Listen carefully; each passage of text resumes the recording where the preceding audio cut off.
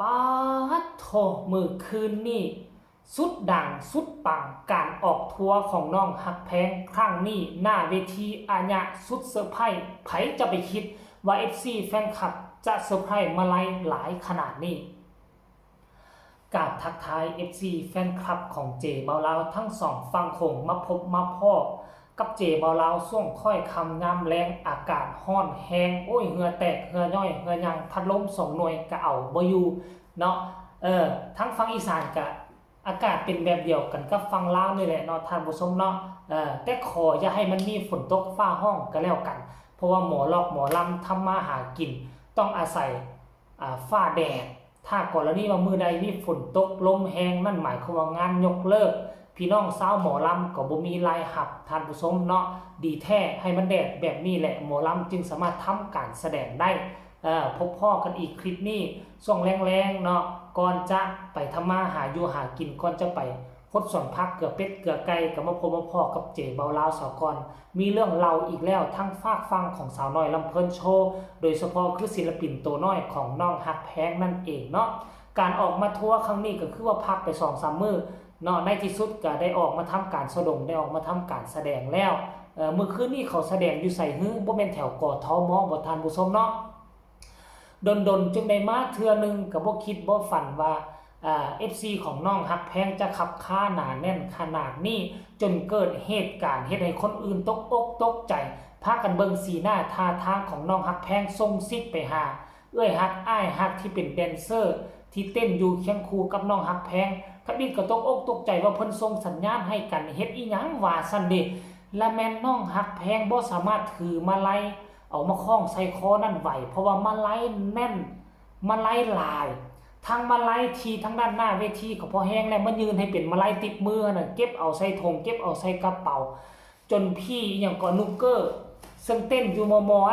เนาะด้วยความว่าเขาเป็นกลุ่มเดียวกันอยู่ในแก้งบนคันไฟอันเดียวกันเขาก็เลยฮู้จักสีหน้าท่าทางว่าน้องฮักแพงกำลังส่งซิกหาคันสิเอิ้นใส่ก็เป็นไปบ่ได้น้องฮักแพงกำลังถือไม้แล้วก็ร้องเพลงอยู่เพราะฉะนั้นน้องก็เลยส่งซิกไปหาใส่สายตาแล้วก็หันหน้าไปหาทั้ง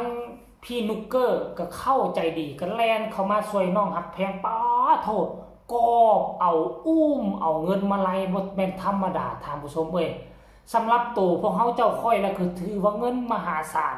เงินหลายแต่ถ้าไปเปรียบเทียบใส่ศิลปินผู้โด่งผู้ดังกว่านี้อันนั้นก็คือซ้ำจิ๊บจ้อย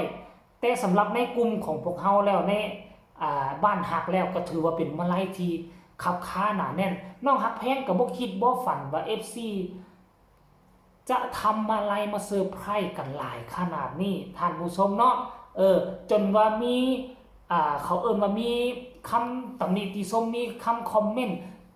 ต่างๆนานาแนะนำมาเป็นอย่างคือบ่เฮ็ดแนวนี้เป็นอย่างคือบ่เฮ็ดแนวนั้นเป็นอย่างคือบ่จัดตั้งผู้นั้นจัดตั้งผู้นี้มาเป็นครูเนาะฮักแพงอยู่บนเวทีเนาะให้ทุกคนไปเบิ่งคลิปนี้ซะก่อนเดี๋ยวเจว่าเราจะมาเว้าเกี่ยวกับเรื่องแต่งคนไปยืนคู่กับน้องฮักแพงว่าสมควรแล้วบ่หรือบ่ทันสมควรเทื่อแล้วจึงมาพ้อกันหลังจากที่พวกเจ้าเบิ่งคลิปนี้ซะก่อนเนาะขออนุญาตเจ้าของคลิปเด้อน่าจะเป็นของต้นหลิวเนาะแล้วจึงมาพ้อกันในช่วงต่อไป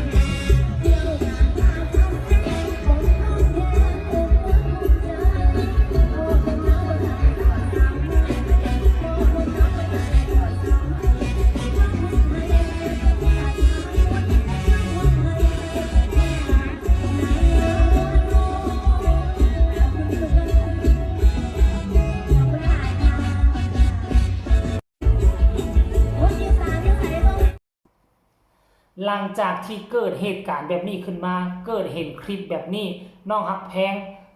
บ่สามารถรับเอามาไล่จากพ่อแม่ๆ FC เอาไว้ได้ทันเพราะว่ามันหลายเกินไปมันหลายคนหลายอันยืนขั้นก่อนแล้วนี่เป็นมาไล่ห้อยใส่คอกับพ่อว่าแน่มาไล่ติดมือเนี่ยมาไล่อย่างต่างๆควรแล้วหรือบ่สมมาภาควรแล้วหรือบ่ที่จะแต่งคนมาเป็นผู้ที่ตามน้องฮักแพงบ่ถึงขั้นว่าเป็นผู้ที่ตามก็ได้บ่ถึงขั้นว่าจะไปจ้างผู้อื่นเป็นไปได้บ่ที่จะพูดจะคุยกับทีมงานผู้บริหารของวงสาวน้อย2เนาะถ้าบ่เอาพ่อก็เอาแม่ของน้องฮักแพงก็ได้ขึ้นไปหรือว่าจะเอาทีมงานตลกที่อยู่ในวงสาวน้อยและเพิ่นโชว์เป็นไปได้บ่ช่วงที่ฮักแพงขึ้นไป